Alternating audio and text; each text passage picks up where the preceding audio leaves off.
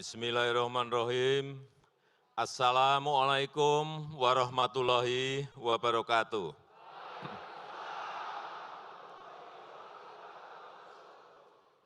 Selamat siang, salam sejahtera bagi kita semuanya. Om Swastiastu, Namo Buddhaya, salam kebajikan. Yang saya hormati pimpinan dan anggota DPD RI yang hadir, yang saya hormati Pak Menko Maritim dan Investasi beserta para menteri yang hadir, yang saya hormati Ketua Umum DPP Abdesi, Bapak Surta Wijaya, beserta seluruh jajaran pengurus Abdesi, Dewan Pembina, Majelis Pertimbangan Organisasi, seluruh jajaran pengurus DPD dan DPC Abdesi, Bapak Ibu hadirin undangan yang berbahagia. Tadi yang terakhir yang disampaikan mengenai Bapak Pembangunan Desa. Yang layak itu Bapak Ibu semuanya, bukan saya. Karena yang membangun desa itu Bapak Ibu semuanya, yang bekerja keras membangun desa Bapak Ibu semuanya. Saya itu bagian policy di atas, sudah. Tuh. Jadi Bapak pembangunannya itu Bapak Ibu semuanya. Masuk ke urusan COVID. Saya ingin informasikan perkembangan COVID per hari ini. Coba kita lihat, waktu COVID pas tinggi-tingginya, yang Omikron ya, yang Omikron. Dulu Delta kita pernah 56.000, dan turun, hilang. Ganti Omikron, varian Omikron.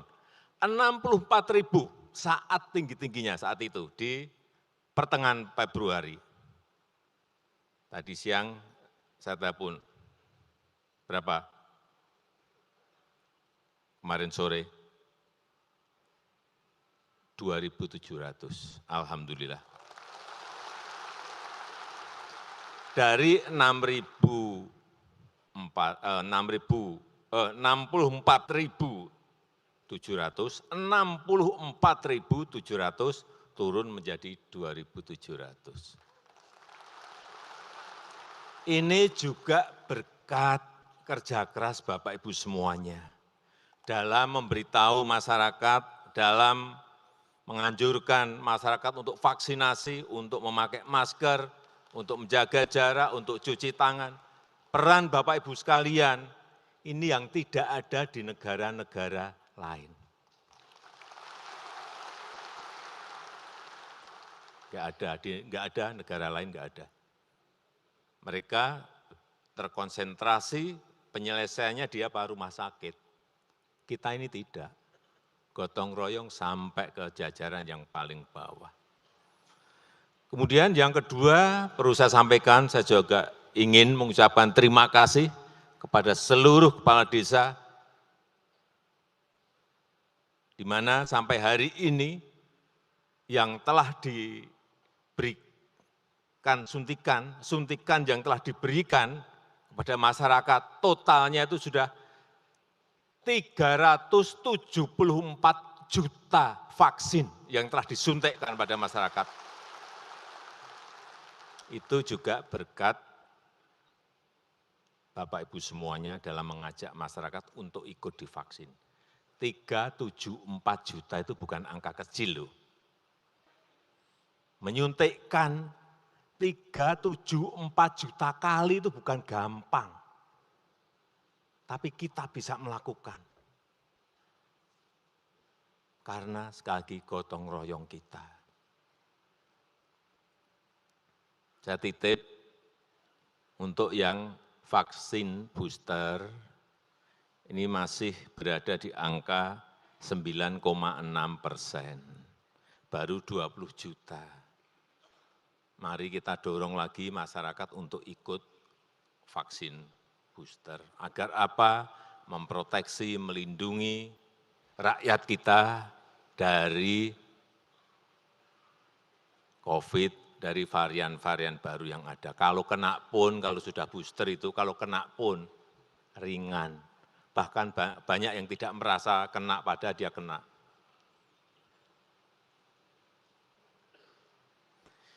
Yang ketiga yang berkaitan dengan dana desa.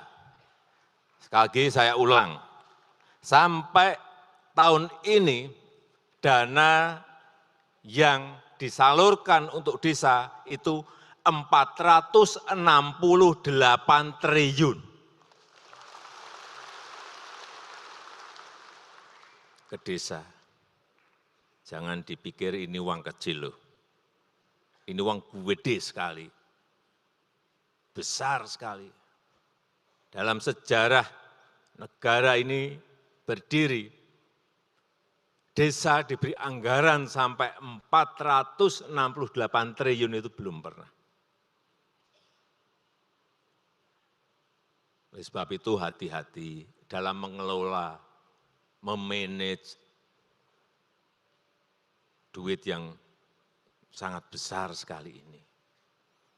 Sebetulnya kemarin, kalau tidak ada COVID di 2020, saya sudah berpikir akan menambah, melompatkan anggaran desa itu lebih gede lagi, tapi Tuhan belum mengizinkan. Karena uang yang dipakai COVID di 2020 itu sudah 690 triliun. Gede sekali, gede sekali. 2021 740 triliun, gede sekali. Sehingga dana seluruh kementerian juga kita potong, kemudian dana untuk desa juga sedikit kita potong. Sedikit loh ya, sedikit kita potong. Tidak banyak, sedikit. Nanti tahun depan insya Allah dikembalikan atau dinaikkan lagi. Dari 468 triliun tadi, saya tadi bisik-bisik ke Pak Surta. Pak Presiden, ya di pemerintahan desa ini diberi dana operasional desa.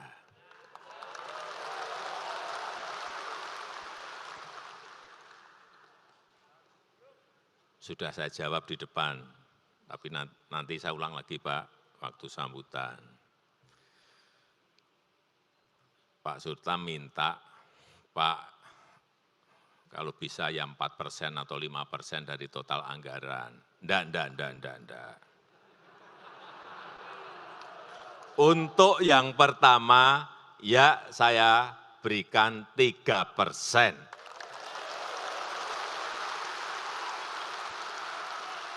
Nanti tahun berikut bisa ke 4 atau 5%. Ini tolong dicatat. Bapak Ibu semuanya kan juga sudah dapat dari pemerintah kabupaten. Ya kan? Ini ada khusus untuk dana operasional untuk dana desanya. Tapi saya menyadari betul kerja keras Bapak Ibu sekalian karena hasilnya tadi sudah disampaikan oleh Pak Mendagri, Pak Tito, jadi jalan desa berapa, jadi embung berapa, jadi irigasi berapa, jadi jembatan berapa. Semuanya jelas, konkret, fisik ada. Ini akan menjadi penopang pertumbuhan ekonomi di desa maupun nanti diagregatkan menjadi pertumbuhan ekonomi nasional. Jalan desa, coba lihat jalan desa, 227.000 kilometer jalan desa. Ada yang tidak percaya. Pak, 227.000 kilometer itu panjang sekali loh. Ya saya jawab, ya panjang, tetapi itu masih sedikit. Karena kalau dibagi dengan jumlah desa yang ada di negara kita 74.900, artinya itu baru 3 kilo per desa kira-kira. Ya enggak? Kan biasa, dalam satu desa ada tambahan 3 kilo, tapi sebuah pekerjaan yang besar ini 3 kilo buat saya. Tapi itu pun masih ada yang sanksi.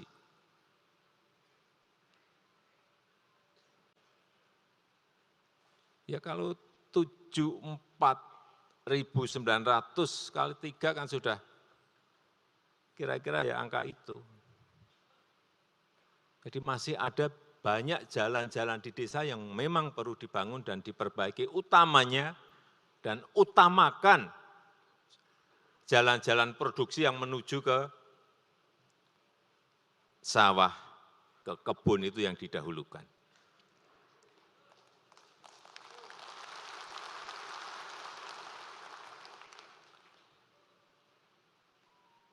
Embung, irigasi, dan lain-lain. Jembatan, pasar desa, BUMDes, tambatan perahu, banyak sekali. Saya cek satu persatu. Kemudian yang berkaitan dengan kualitas hidup, banyak sekali. Pembangunan air bersih, posyandu, polindes, drainase, sumur, PAUD, MCK, ini juga dari dana desa dan itu akan memperbaiki kualitas hidup, kualitas SDM dari masyarakat di pedesaan. Jangan ada yang menyaksikan betapa sangat bermanfaatnya dana desa yang telah kita kucurkan ke desa-desa.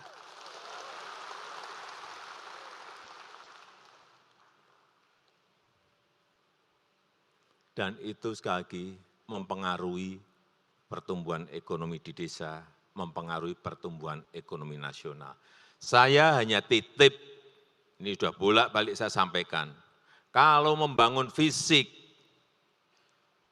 ataupun non-fisik, gunakan bahan-bahan material dari desa itu. Dari desa Bapak Ibu semuanya.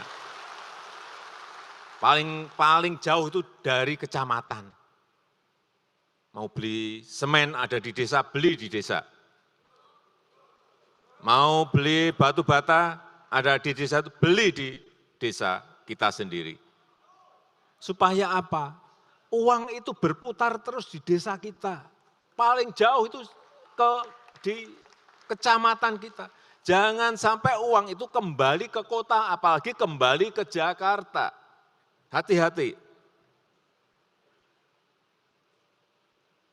Kembali lagi ke sini, hati-hati. Berarti pertumbuhan ekonomi secara terus-menerus dan berkelanjutan itu akan juga kembalinya ke pusat lagi. Usahakan ini penting sekali. Beli apa-apa semuanya dari desa kita. Apapun, mau beli telur untuk misalnya tambahan gizi untuk anak, enggak perlulah harus ke kota. Cari mungkin terpaut harganya, terpaut, tapi tetap beli di desa kita, karena nanti uangnya berputar di situ terus. Itulah yang akan menghidupi masyarakat kita, masyarakat desa.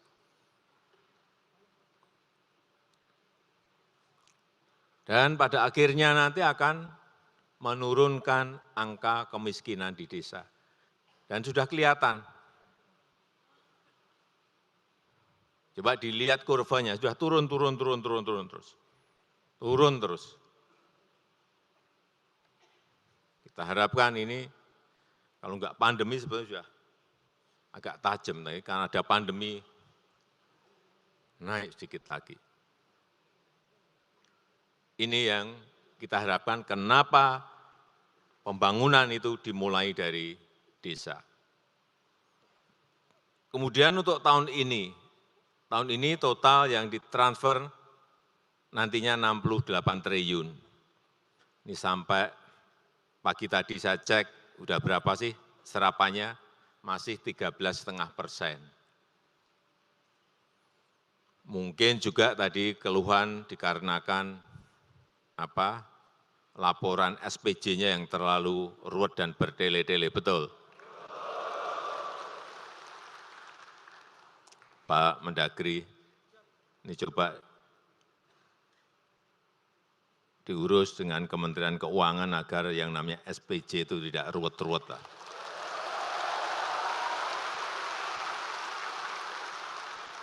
Nanti para kepala desa ini tidak ngecek jalan, tidak ngecek irigasi, tidak ngecek posyandu, malah urusan buat SPJ saja. Satu lihat SPJ udah pusing juga. Saya aja yang lihat aja pusing, apalagi yang melaksanakan.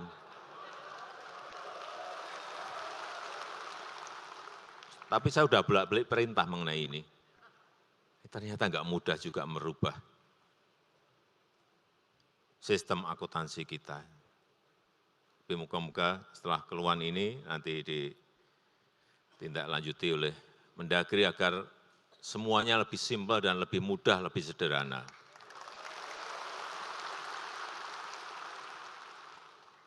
Kemudian yang berkaitan dengan BLT desa. Tadi Pak Ketua Abdesi menyampaikan jangan maksimal 40%, jangan minimal 40%, tapi maksimal 40%, ya saya setuju.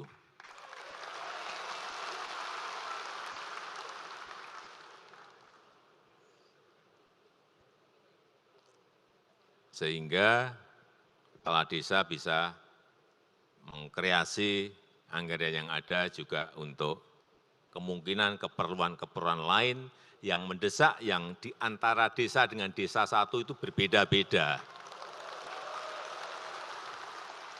Diskresi itu yang kita berikan kepada kepala desa.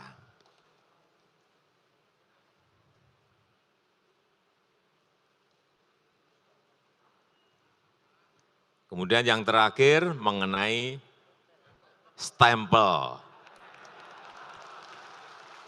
Saya terus terang juga baru tahu, tadi di depan diberitahu Pak Surta tadi diberitahu, kaget juga saya. Terus ininya apa, gambarnya apa kalau enggak? Hanya tulisan saja.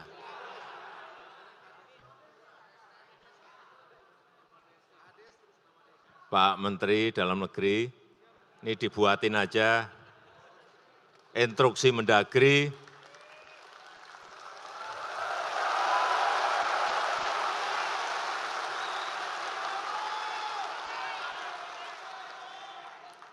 capnya pakai burung Garuda.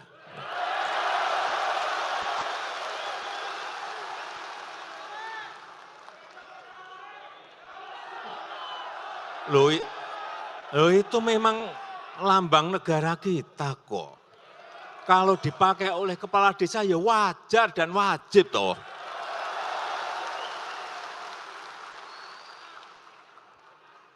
Clear semuanya.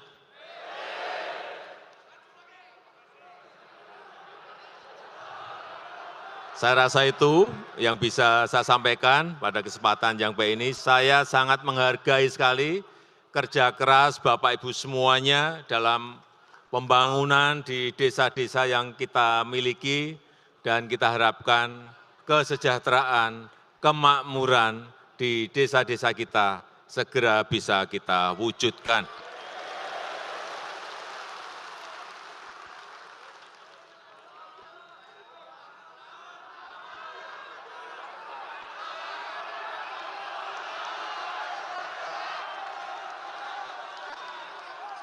Apa?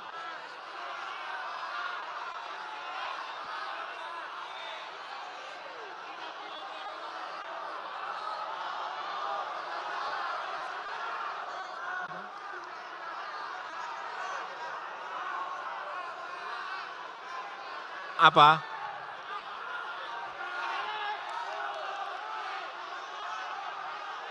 Oh, gajinya sebulan sekali. Pak Mendagri, ini masih satu yang belum dijawab. Setiap bulan, udah.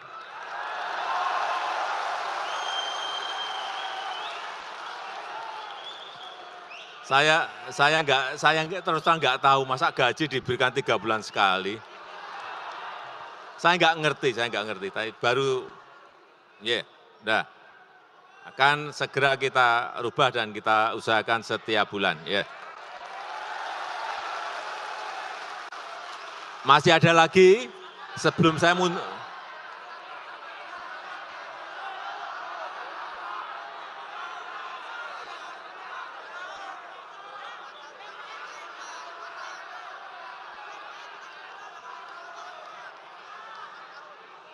ini apa itu usulannya banyak sekali, nanti saya jawab. Nanti dikumpulin aja di Pak Ketua Abdesi, Pak Surta, nanti kita kaji semuanya satu-satu hal-hal yang menyebabkan desa tidak lincah, desa tidak cepat, kemudian keputusan-keputusan yang bisa didelegasikan ke desa apa, nanti akan semuanya kita rubah. Saya rasa itu yang bisa saya sampaikan pada kesempatan yang baik ini. Terima kasih. Wassalamualaikum warahmatullahi wabarakatuh.